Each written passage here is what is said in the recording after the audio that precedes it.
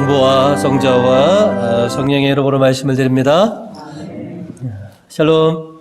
네, 부활 사주일을 맞이하신 우리 교우님들에게 예수님의 평화와 은총이 가득하시기를 주님의 이름으로 축원드립니다.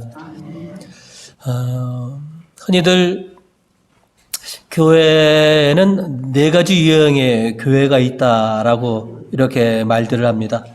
1번은 착한 목자와 착한 양이 있는 교회, 2번은 착한 목자와 못된 양이 있는 교회, 3번은 못된 목자와 착한 양이 있는 교회, 4번은 못된 목자와 못된 양이 있는 교회라고 이렇게들 구분을 하는데요. 여러분 생각하실 때 우리 본당은 어떤 유형인 것 같습니까? 1번이요? 저는 그렇게 생각하지 않습니다. 저는 3번 같습니다. 많이 부족하고 모자란 목자와 착한 양이 있는 교회가 우리 본당이라고 저는 개인적으로 생각이 됩니다.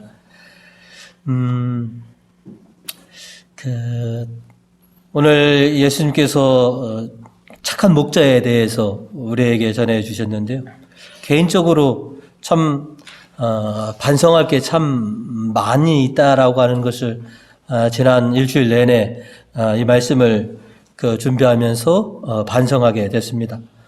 그리고 이제 나도 이제 24년이면 그래도 좀 착한 목자의 탈을 좀 써야 되는데 아직까지도 미흡하고 부족한 못된 목자구나. 그래서 다시 한번 심기일절해서 다시 초심으로 돌아가서 착한 목자로 좀 거듭나야 되겠다라고 하는 그런 생각과 다짐을 갖게 되었습니다. 그래서 오늘은 착한 목자이신 주님이라고 하는 제목으로 말씀을 나누고자 합니다. 오늘 말씀을 통해서 저희가 먼저 새기는 것은 착한 목자이신 주님이다라고 하는 이런 사실인 것이죠. 이스라엘에 있는 양들은 계속해서 이동해야 하는 그런 특성이 있습니다. 왜냐하면 우리나라와는 좀 다르게 먹을 풀이 부족했기 때문입니다. 저희 집에서 아버님이 소를 많이 키울 때는 한 8마리 정도까지 키우셨고 보통 한 4마리, 5마리 이렇게 키우신 적이 있는데 가끔 가다가 소를 좀 꼴을 비우려면 지게 지고 나가서 한 1시간도 안 되면 한 짐 그득히 꼴을 배울 수가 있었고요. 또 우리가 흔히들 소 꼴뜯기로 간다라고 그러잖아요. 소를 끌고 나가면 집에서 멀리 갈 필요도 없습니다. 아주 가까운 곳에 메어놓으면 소가 하루 종일 뜯을 그런 풀이 있는 것이 우리나라인데 이스라엘은 풀이 너무나 없었기 때문에 그 풀을 따라서 이렇게 목자와 양이 이렇게 이동해야만 했었던 것이죠. 또 이동하다 보니까 밤이 되면 여러 목자들이 한데 이렇게 모여서 울타리를 만들어서 양들을 밤을 이렇게 지새게 됩니다. 야생이기 때문에 여러 좀 사건들을 우리도 지금도 보면 야산 가까이에 있는 농장들을 보면 산짐승들 피해를 이렇게 입지 않습니까? 아마 그래서 그래도 어떻게든지 울타리를 만들어서 그 안에서 양들을 하여금 밤을 좀 지새길 수 있도록 그렇게 만들다가 아침이 되면 목자들이 전부 다 자기 양들을 이렇게 불러서 다시 풀을 찾아서 이렇게 떠나는 것이 이스라엘의 그 목축업의 특징이었는데요. 아침에 목자들이 이제 이렇게 양들을 부르면 그 목자의 음성을 알아듣고 따라가면 괜찮은데 잠이 덜 깨서 그런지 종종 뭐냐면 엉뚱한 목자를 따라가다가 큰 화를 당하기도 했다라고 하는 것입니다. 보통 선한 마음이 좀 착한 목자들은 자기 양이 아닌 것들이 자기를 따라왔을 때 하루 돌보다가 또 밤에 야, 네 양이 오늘은 나 따라왔다라고 이렇게 돌려주지만 못된 목자들은 뭐냐면 옳거니 그냥 입 싹 닫고 잡아먹고서 그냥 많은 그런 경우도 허다하게 일어났다라고 합니다. 그래서 그 양들이 목자의 음성을 듣고 잘 따라가느냐는 어떻게 보면 자기 생명과도 직결되는, 못된 목자를 만나면 그냥 목숨을 잃을 수가 있기 때문에 그래서 자신의 목자의 음성을 얼마만큼 잘 알아듣느냐, 그래야지만이 하루 종일 안전하고 배부르게 풀을 먹을 수 있었던 이스라엘의 어떤 그런 풍경들이기도 합니다. 우리 예수님은 저와 여러분에게 착한 목자이시죠. 나에게 위험이나 해를 끼치는 그런 목자가 아니라, 나쁜 마음을 먹은 그런 목자가 아니라 나에게 생명과 자유와 안전을 주시는 목자가 바로 예수님이시다라고 하는 것입니다. 오늘 그 복음 9절과 10절로서 예수님께서 이렇게 말씀하셨습니다. 나는 문이다. 누구든지 나를 거쳐서 들어오면 안전할 뿐더러 마음대로 드나들며 좋은 풀을 먹을 수 있다. 도둑은 다만 양을 훔쳐다가 죽여서 없애려고 오지만 나는 양들이 생명을 얻고 더 얻어 풍성하게 하려고 왔다. 그러니까 생명과 자유와 안전을 다 주시는 분이 착한 목자이신 예수님이다라고 하는 것이죠. 그래서 착한 목자이신 예수님을 믿고 착한 목자께서 부르시는 대로 또 이끄시는 대로 따라갈 때 우리에게는 생명이 풍성해지고 참 자유를 누릴 수 있고 우리의 안전이 확보된다라고 하는 것이죠. 오늘 시편의 저자는 우리에게 이렇게 노래를 하고 있습니다. 1절과 3절과 4절의 말씀을 보시면 주님은 나의 목자이시니 내가 아쉬울 것 없어라. 주님이 내 목자이시니까 나는 이제 아쉬울 것 없습니다. 3절과 4절에 보시면 지쳤던 이 몸에 생기가 넘친다. 그 이름 목자이시니 인도하시는 길 언제나 곧은 길이요.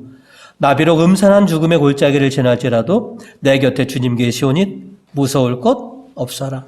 왜? 주님이 나의 목자이시니. 예수님은 착한 목자이시고 또 저에게도 목자의 길을 허락하셨지만 아까 말씀드린 것처럼 저는 미흡하고 부족함이 참 많은 사람이더라는 것이죠. 그래서 많이 좀 늘었으려니 이제 목자 티가 좀 나려니 해도 아직까지도 미흡한데요. 오늘 말씀을 준비하면서 에제키엘 34장에 보시면 목자에 대해서 이렇게 말씀하신 장이 에제키엘 34장입니다. 제가 왜 미흡하고 부족한지는 에제키엘 34장이 저를 질타하고 있습니다.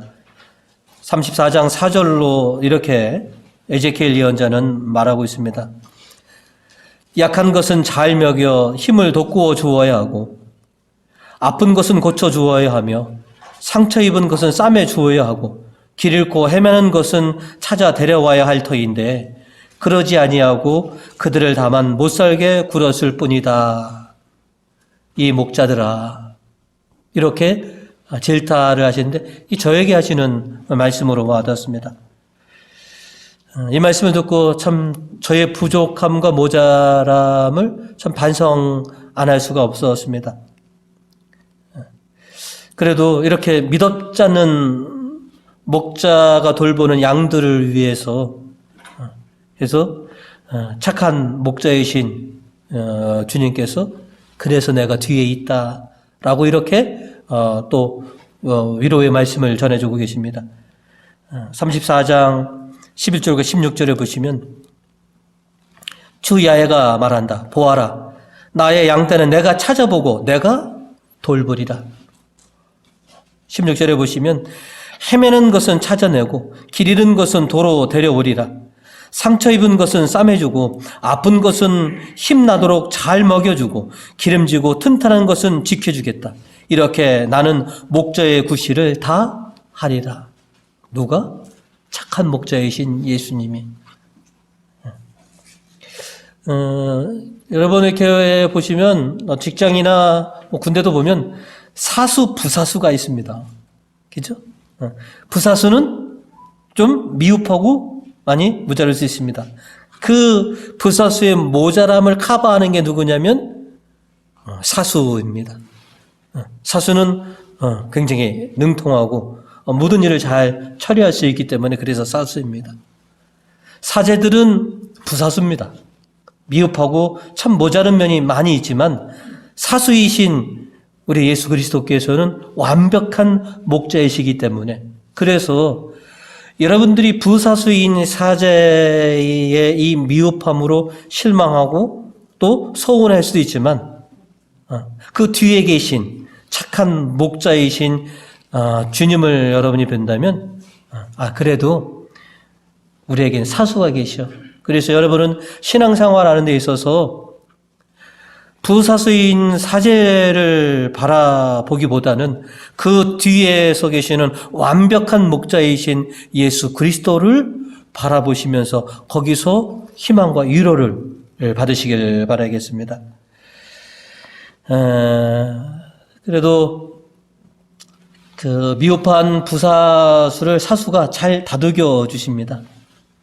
잘할 수 있어. 그렇게 실수하고 잘못하면서 그래서 배워가는 거야. 그래서 착한 목자이신 주님은 단순히 양들에게만 착한 목자가 아니라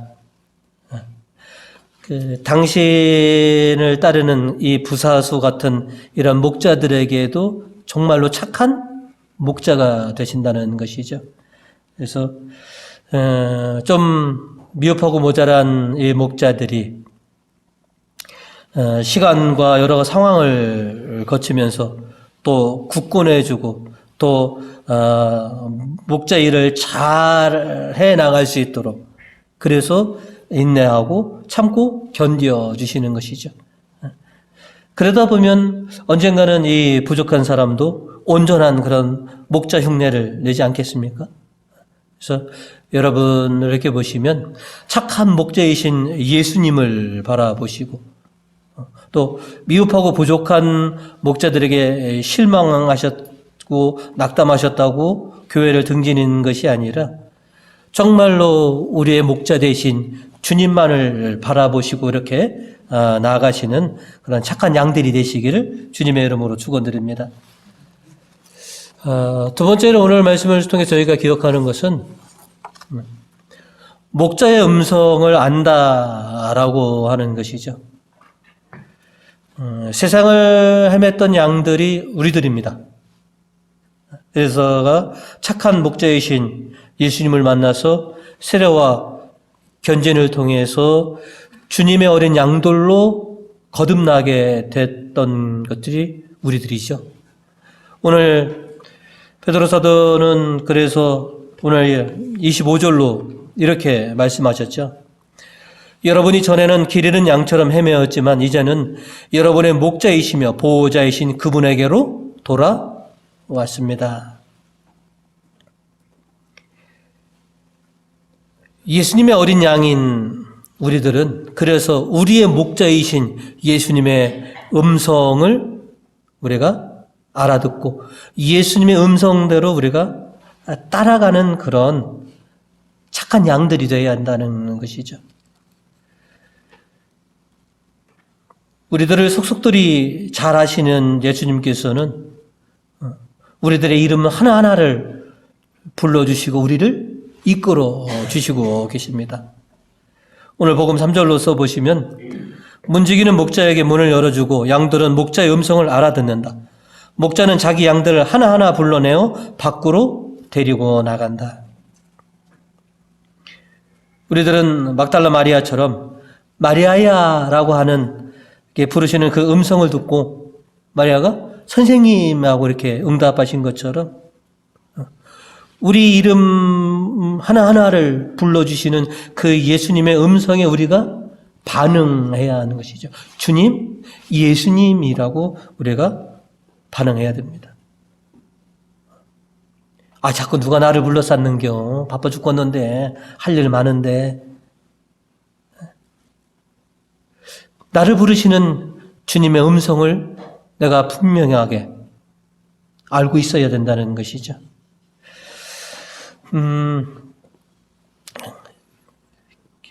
세상이 참 좋아졌다라고 하는 것이 여러분 들고 다니시는 이게 전화가 아니라 컴퓨터죠. 여러분 휴대폰에 보시면 휴대폰 기능 중에서 가장 좋은 기능이 여러분 뭐라고 생각하십니까? 저는 발신자 표시 서비스 같습니다. 여러분 휴대폰에 다 이게 돼 있죠. 그래서 띠리링 해서 딱 열면 뭐예요? 전화번호하고 여러분이 저장하신 사람의 이름이 있죠. 얘가 나한테 전화하고 그랬구나 하고서 알고서 통화하는 것과 만약에 우리가 전에 보면 발신자 표시가 없었죠. 전화 오면 여보세요? 아니면 내가 저 누군데요? 누구십니까? 이렇게 물어야 되고 근데 상대방에서 날 잘 모르는 사람 같으면 내가 이름을 밝히고 거기도 이름을 밝히는데 저쪽에서 나는 이름을 밝혔는데 아주 나하고 친한 것처럼 야 잘 있었냐 뭐 했냐 그러면 그때부터 뭐예요? 저 사람이 뭐 하는지 뭐라고 말하는지에 대해서 신경을 쓰고 또 이쪽에서는 뭐예요? 이 누구지? 누군데 나에게 이렇게 근데 한참 후에 그 목소리를 알아들었을 때 뭐예요? 누구구나 라고 하지만 여러분 옛날에 보시면 전화가 끝날 때까지 뭐냐면 이게 누구지? 라고 하는 경우가 있죠. 왜냐하면 전화 목소리의 주인공을 내가 알 수 없었기 때문에 그렇습니다. 그런데 발신자 표시가 없더라도 여러분이 가장 친밀하고 자주 얘기하고 자주 만났던 사람은 여보세요 여자만 들어도 뭐예요? 이게 누구구나. 단박에 여러분이 알아들으시죠. 목소리를 알아듣을 정도면 그죠? 그 사람의 톤과 악센트와 사투리나 이 목소리만 듣고도 이 사람이 누군구나라고 알 정도면 그 사람과 나는 어떤 관계입니까? 서먹서먹하다? 아닐 것입니다. 아주 친하고 자주 만나는 사람. 자주 못 만나도 자주 통화하는 사람일 것입니다. 여러분, 우리가 그토록 예수님의 음성을 듣고 싶지 않습니까? 그죠? 예수님의 음성을 알아듣고 계십니까? 여러분의 신명을 부르면 여러분이 이분이 착한 목자이신 예수님이라고서 주님이라고 우리가 화답할 수 있느냐는 것이죠. 누군가의 음성을 단박에 알아들을 정도. 우리가 예수님과 그런 관계 속에 있어야만 된다는 것이죠. 한 1년 만에 아주 가까운 친척이라도 1년 만에 전화하면 어떻습니까? 잘 못 알아듣습니다. 우리가 그토록 듣고 싶어하는 그 예수님의 음성이 지금 이 순간에 여러분에게 들려드려도 그것이 예수님인지 아닌지 여러분 어떻게 분간하겠습니까? 아직 못 들어보셨죠? 걱정하지 마십시오. 여러분이 주님과 나름 깊은 관계이시고 깊은 대화를 하셨다라고 하면 단박에 여러분을 부르시는 그 음성이 주님의 음성이라고 여러분은 분명하게 알아들으실 것이라는 것이죠. 이제 그 음성, 언제 나를 불러주실지, 언제 나의 이름을 불러주실지 모르는 그 순간을 위해서 그래서 주님과 깊은 오랜 그런 시간을 우리가 보내는 것입니다.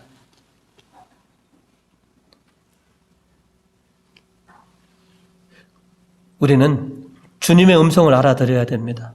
주님은 당신의 현현하셔서 발현하셔서 이렇게 불러주실 수도 있지만 때로는 이렇게 미흡한 사람을 통해서 당신의 음성을 전해주시기도 합니다. 구약에 보시면 다 예언자들을 통해서 이렇게 전해주셨지 않습니까? 저 예언자가 전해주시는 저 말이 저 예언자의 말이다 아니면 하나님의 말씀이다. 이게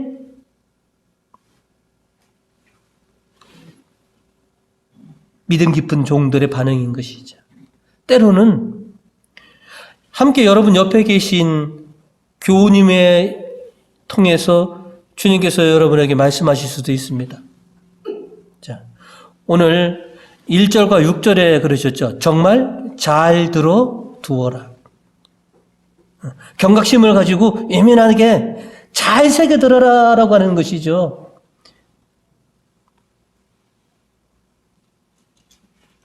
오늘도 복음을 들려주신 분이 예수님인지 아니면 사제 음성인 것인지 주님이 직접 여기서 발현하셔서 당신께서 당신의 음성으로 들려주시는 것인지 아니면 저 사람의 입을 통해서 들려주시는 것인지 우리가 주님의 음성을 알아들어야만 합니다. 여러분, 우리가 이제 피정이라는 것도 하지 않습니까? 그죠? 왜 피정합니까? 이 세상의 소리 속에서 우리가 수많은 소음 속에서 살아갑니다. 그죠? 이런 소음 속에서는 우리가 참 민감하지 못하기 때문에 예수님의 음성을, 예수님의 말씀을 분간할 수가 잘 없기 때문에 그래서 피정이라고 하는 거. 그래서 조용하게 집에서는 시끄러우니까 집에서는 TV 소리, 이 소리, 저기 소리 수많은 소음 속에 있으니까 내가 조용하게 성당을 찾아와서 조용하게 하나님의 음성을 내가 주님의 그 목소리를 내가 들으려고 여러분이 성당에 찾아오지 않습니까?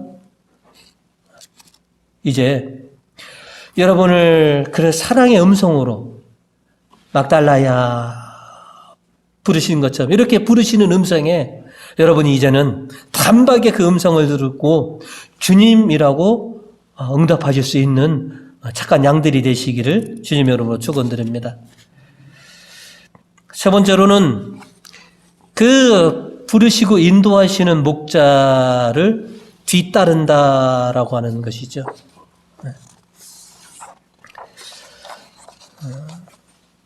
착한 양들은 인내심을 가지고 또 고통을 감수하는 법을 배우면서 착한 목자를 뒤따라야 합니다.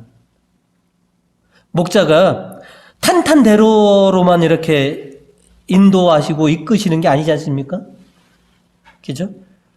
물론 목자가 앞장서 가지만 때로는 깊은 계곡을 가로질러 갈 수도 있고, 그죠? 바위가 많은 그런 험한 험지를 지나갈 수도 있습니다.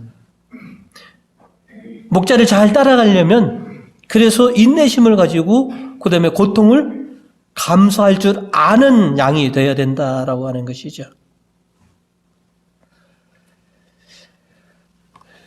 착한 목자이신 예수님을 잘 따랐던 사람들이 바로 사도들입니다. 3년 동안 예수님에게 배웠죠. 철저하게.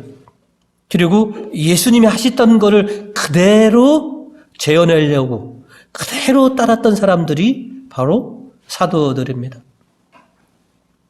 오늘 일독서에 보시면 초대교회를 향해, 초대교인들을 향해 사도들은 복음을 가르쳤죠. 복음을 선포했고, 그 다음에 사도들의 그 믿음의 행동들, 기적도 보여주고 다른 그 선한 것을 통해서 실은 초대교회의 모범이 되었습니다. 사도들은 스승이신 예수님, 착한 목자이신 예수님이 자기들에게 보여주신 그대로를 보고 따라하는 것이죠. 예수님께서 가시는 곳마다 말씀을 가르쳐 주셨으니까 사도들도 가는 곳마다 말씀을 선포하고 가르쳤고요. 예수님이 기적과 놀라운 사랑의 행위들을 많이 보여주셨지 않습니까? 그러니까 사도들도 그렇게 행동으로 모범을 보이는 것이죠. 자, 오늘 일독서 42절과 43절로 보시면 그들은 사도들의 가르침을 듣고 서로 도와주며 빵을 나눠 먹고 기도하는 일에 전념하였다. 사도들의 가르침을 듣고 사도들이 그렇게 가르쳐줬다는 것이죠. 43절에 보시면 사도들이 계속해서 놀라운 일과 기적을 많이 나타내 보이자 사람들은 모두 하나님을 두려워하게 되었다. 사도들의 그 행동, 그들의 보여주는 그런 모습을 통해서 신자들은, 그래서 사도들이 전한 가르침, 사도들의 행동을 통해서 교회가 날로 커졌던 것이죠. 사도들은 간단합니다. 예수님이 그렇게 하셨으니까 예수님을 따라서 그렇게 자신들도 그렇게 행했던 것이죠.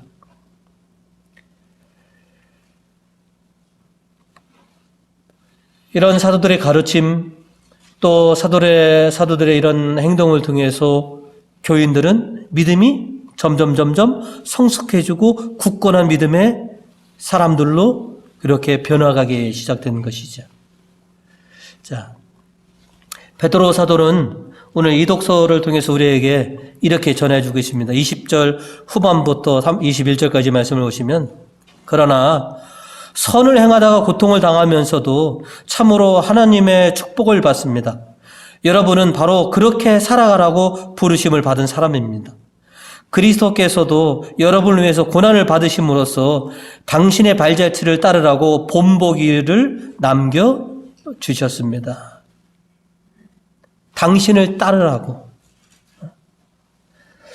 사도들과 신앙의 선배처럼 우리가 주님의 발자취를 따르려면 우리가 굳건해져야만 합니다. 그냥 생각 없이 따를 수가 없습니다. 여러분들 보시면 복음을 전하실 때, 전도하실 때 많은 분들이 그 신앙을 거부하는 사유가 뭐냐면 성당 다니려면 어렵잖아, 힘들잖아. 그죠? 신앙생활 하려면 내가 어렵고 힘든 것을 직면해야 된다는 거 미신자들이 너무나 잘 알고 있습니다. 근데 그것만 아는 거죠. 그 뒤에 있는 그 힘들고 어려운 길을 우리가 잘 따라가면 그 뒤에 펼쳐질 하나님의 크신 축복이 있다는 것을 그들은 아직 모르고 그저 다만 신앙생활하면 어렵잖아, 힘들잖아 라고 하는 것. 그러나 우리는 그것이 알고 있습니다. 주님을 따른다는 것이 쉽지 않은 길이라는 것을 알고 있지만 잘 따라가면 주님께서 인도하시는 대로 주님의 음성을 듣고 우리가 가기만 하면 그게 비록 힘들고 어렵지만 그 뒤에는 뭐예요? 푸른 초장이 있고 생명이 있고 생명수가 있다라고 하는 것을 우리가 알기에 우리는 그래도 따라가는 것이죠. 이렇게 우리가 힘을 내어서 주님을 잘 따라가기 위해서는 우리가 좀 단단해져야 합니다. 시편 95편 7절과 8절은 우리에게 그래서 이렇게 전해주고 있습니다. 그는 우리의 하나님, 우리는 그의 기르시는 백성, 이끄시는 양떼. 오늘 너희는 그의 말씀을 듣게 되리니 무리바에서 그날 마사 광야에서 너희 선조들처럼 너희는 마음을 완고하게 굳히지 말아라. 너희가 주님의 말씀을 들으면 그 말씀대로 따라라. 괜히 고집부리고 마음을 완고하게 하지 말아라. 이렇게 우리에게 주시는 것이죠. 착한 목자이신 주님은 지금도 우리의 이름을 부르고 우리를 인도해 주십니다. 나를 따라오너라. 내 말을 잘 들어라. 한눈 팔지 말고 나만 보고 따라와라. 힘들지, 고통스럽지, 갈급하지. 그러나 내가 반드시 너에게 생명과 자유와 안전함을 내가 주겠다. 그러니 나를 따라라 라고 하는 것이죠. 우리가 그래서 신앙생활하고 있는 것이 아니겠습니까? 좀 힘들어도 어려워도 고통스러워도 주님을 따르면 참 생명이 거기에 있으니 참 자유가 거기에 있으니 내 안전이 내 영혼이 그죠?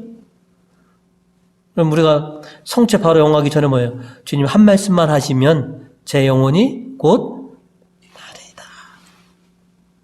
제가 안전할 것입니다. 오늘도 그리고 앞으로도 착한 목자이신 예수님은 여러분을 계속 인도해 주십니다. 이끌어 주실 것입니다. 네. 여러분이 말씀으로 무장을 하고 주님의 음성을 잘 듣고 착한 목자를 잘 따라가시는 착한 양들이 되시기를 주님의 이름으로 축원드립니다. 성부와 성자와 성령의 이름으로 말씀을 드렸습니다.